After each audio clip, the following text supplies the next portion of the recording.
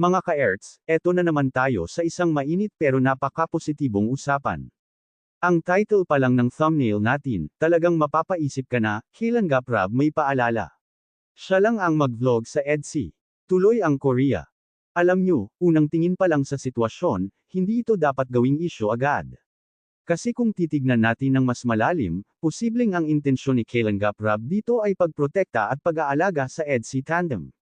Hindi ito tungkol sa kontrol, kundi tungkol sa direction at focus. Sa totoo lang mga idol, kung si Kailan Prab mismo ang maghahandle ng vlog ng EDC, may magandang epekto yan. Bakit? Kasi siya ang isa sa pinaka may experience pagdating sa pag-build ng kwento, pag-connect sa viewers, at higit sa lahat, alam niya kung paano alagaan ang image ng mga alaga niya. At kung ang goal naman ay makatulong sa EDC, para mas lumago sila, mas makilala, at mas maging stable ang kanilang journey, walang masama kung i-centralize muna sa iisang tao ang content. Ibig sabihin, mas maiiwasan ang kalituhan, drama, at kung ano-anong issue na pwedeng manggulo sa kanila. Kasi aminin natin, kapag maraming humahawak, minsan nagkakaroon ng misinterpretation. Pero kung iisa lang ang direction, mas malinaw, mas maayos, at mas kontrolado ang flow ng kanilang story. At isa pa, kung si Kailan Prab ang gumagawa ng content, siguradong may puso yan. Hindi lang basta vlog, kundi may layunin at mensahe para sa mga viewers at supporters ng EDC. Kaya sa segment na ito mga idol, malinaw, hindi ito paghihigpit, kundi pag-aalaga at paggabay.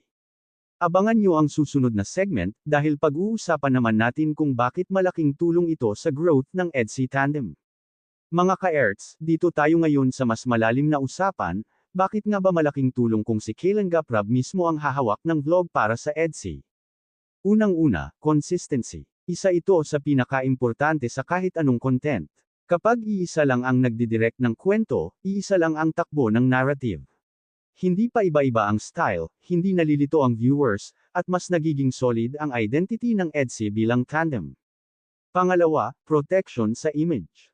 Alam naman natin na sa social media, isang maling anggulo lang, isang maling edit, pwede nang pagmulan ng issue. Pero kung si Kailan Prab ang may hawak, siguradong maiiwasan ang mga ganitong problema. Masisigurado na ang lalabas na content ay positibo, maayos, at aligned sa kung anong gusto nilang ipakita sa publiko. Pangatlo, mas quality na storytelling. Hindi lang basta kilig o eksena ang mahalaga, kundi yung kwento na tumatagos sa puso ng tao. Dito kilala si Kailan Prab. Alam niya kung paano i-build up ang emosyon, paano magbigay ng tamang pacing, at paano gawing memorable ang bawat moment ng EDC. At higit sa lahat, mga idol, focus sa growth ng EDC mismo. Imbis na ma-divert sa iba't ibang vlogger o iba't ibang style, nakatutok lang ang lahat sa pagpapalago ng tandem nila. Mas nagiging malinaw kung saan sila papunta. Hindi ito paglilimit, kundi pagbibigay ng malinaw na direksyon. Parang coach lang yan sa isang team, hindi kanya pinipigilan, kundi ginagabayan ka para mas gumaling at mas manalo. Kaya kung titignan natin, kung makakatulong ito sa EDC, walang masama na si Kailan Prab muna ang mag-handle.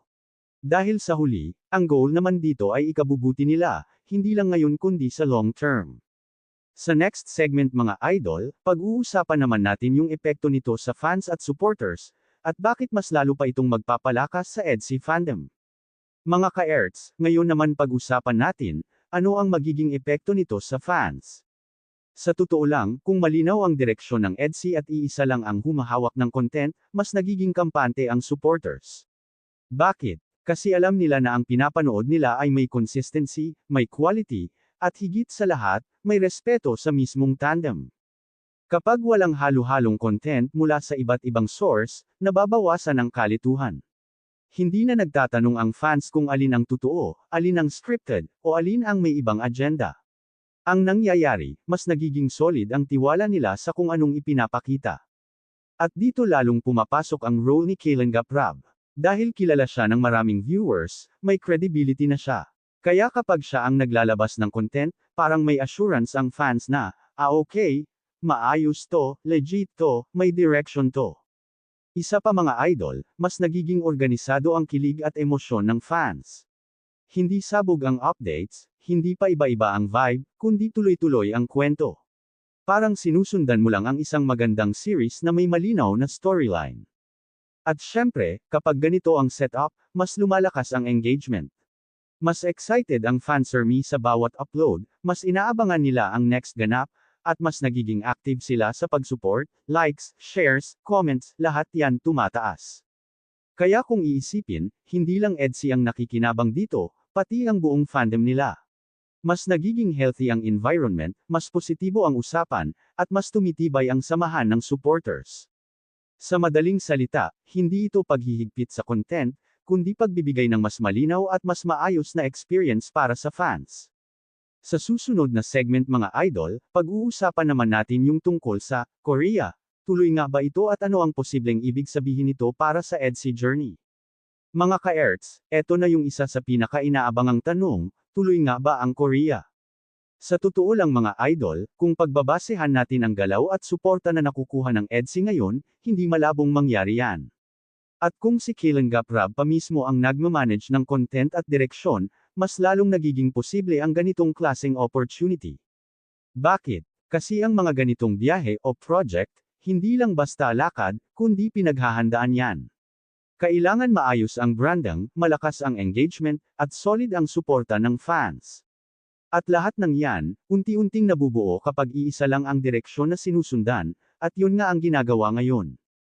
Kung sakaling matuloy ang Korea, hindi lang ito simpleng travel vlog. Posibleng maging milestone ito ng EDSI, isang simbolo na from simple beginnings, unti-unti silang umaangat at nabibigyan ng mas malalaking pagkakataon. At dito rin makikita kung gaano kahalaga ang guidance ni Kailangap Rob. Kasi hindi lang siya basta gumagawa ng content, tinutulungan niya ang EDSI na makarating sa next level. Yung tipong hindi lang pang short-term na kilig, kundi pang long-term na growth at exposure. Isa pa, isipin yung mga idol, kapag nakita ng fans na natutupad ang mga ganitong bagay, lalo silang may engganyo na sumuporta. Kasi ramdam nila na may progress, may direction, at may magandang patutunguhan ang tandem. Kaya kung tutuusin, yung Korea, hindi lang yan lugar, kundi representasyon ng pangarap at progreso ng EDSI. At kung mangyari man ito, malaking bahagi doon ang maayos na pag-handle at malinaw na vision, na ngayon nga ay hawak ni Kailangap Rob. Sa final segment mga idol, bibigyan natin ng buod ang lahat at ang pinakamahalagang takeaway sa isyung ito. Mga ka-Erts, eto na yung isa sa pinaka-inaabangang tanong, tuloy nga ba ang Korea? Sa totoo lang mga idol, kung pagbabasehan natin ang galaw at suporta na nakukuha ng EDSI ngayon, hindi malabong mangyari yan. At kung si Kailangap Rob pa mismo ang nagmamanage ng content at direksyon, mas lalong nagiging posible ang ganitong klaseng opportunity. Bakit? Kasi ang mga ganitong biyahe o project, hindi lang basta lakad, kundi pinaghahandaan yan. Kailangan maayos ang branding, malakas ang engagement, at solid ang suporta ng fans. At lahat ng yan, unti-unting nabubuo kapag iisa lang ang direksyon na sinusundan, at yun nga ang ginagawa ngayon. Kung sakaling matuloy ang Korea, hindi lang ito simpleng travel vlog. Posibleng maging milestone ito ng EDSI, isang simbolo na from simple beginnings, unti-unti silang umaangat at nabibigyan ng mas malalaking pagkakataon. At dito rin makikita kung gaano kahalaga ang guidance ni Kailangap Rob. Kasi hindi lang siya basta gumagawa ng content, tinutulungan niya ang EDSI na makarating sa next level. Yung tipong hindi lang pang short-term na kilig, kundi pang long-term na growth at exposure. Isa pa, isipin yung mga idol, kapag nakita ng fans na natutupad ang mga ganitong bagay, lalo silang may engganyo na sumuporta. Kasi ramdam nila na may progress, may direction, at may magandang patutunguhan ang tandem. Kaya kung tutuusin, yung Korea, hindi lang yan lugar, kundi representasyon ng pangarap at progreso ng EDSI. At kung mangyari man ito, malaking bahagi doon ang maayos na pag-handle at malinaw na vision, na ngayon nga ay hawak ni Kailangap Rob. Sa final segment mga idol, bibigyan natin ng buod ang lahat at ang pinakamahalagang takeaway sa isyung ito. Mga ka-Erts, dumako na tayo sa pinakabuod ng lahat ng napag-usapan natin. Sa kabuuan, malinaw na ang sitwasyon na ito ay hindi dapat gawing negatibo. Kung si Kailangap Rob man ang gustong humawak ng vlog para sa EDSI, hindi ito tungkol sa pag-control, kundi tungkol sa paggabay, pagprotekta, at pagpapalago sa tandem. Nakita natin sa mga naunang segment na malaking tulong ito sa consistency ng content, sa pag-iingat ng image ng EDSI, at sa pagbibigay ng malinaw na direksyon para sa kanilang future. Hindi lang basta content ang nabubuo, kundi isang maayos na kwento na sinusundan ng fans. At pagdating sa supporters, mas nagiging solid ang kanilang tiwala. Mas nagiging organized ang fandom, mas positibo ang environment, at mas lumalakas ang engagement. Ibig sabihin, hindi lang EDSI ang nakikinabang, kundi pati ang buong community na sumusuporta sa kanila. Tungkol naman sa Korea, ito ay nagsisilbing simbolo ng mas malaking oportunidad. Patunay ito na kapag maayos ang pamamalakad at malinaw ang vision, may mga pinto talagang nagbubukas para sa mas magagandang pagkakataon. Kaya sa huli mga idol, kung ito ay makakatulong sa EDSI, walang masama na si Kailangap Rob muna ang manguna sa pag-vlog. Dahil ang pinaka-importante dito ay ang ikabubuti ng tandem, ang kanilang growth, at ang saya na naibibigay nila sa mga fans. Ito ang inyong ka-Erts, nagpapaalala na sa likod ng bawat intriga, mas mahalagang tingnan ang intensyon at magandang resulta. Kung nagustuhan nyo ang ganitong klaseng straight reaction, huwag kalimutang mag-like, mag-comment, at mag-subscribe para sa mas marami pang updates. Hanggang sa susunod na video mga idol, ingat at stay positive lang tayo palagi.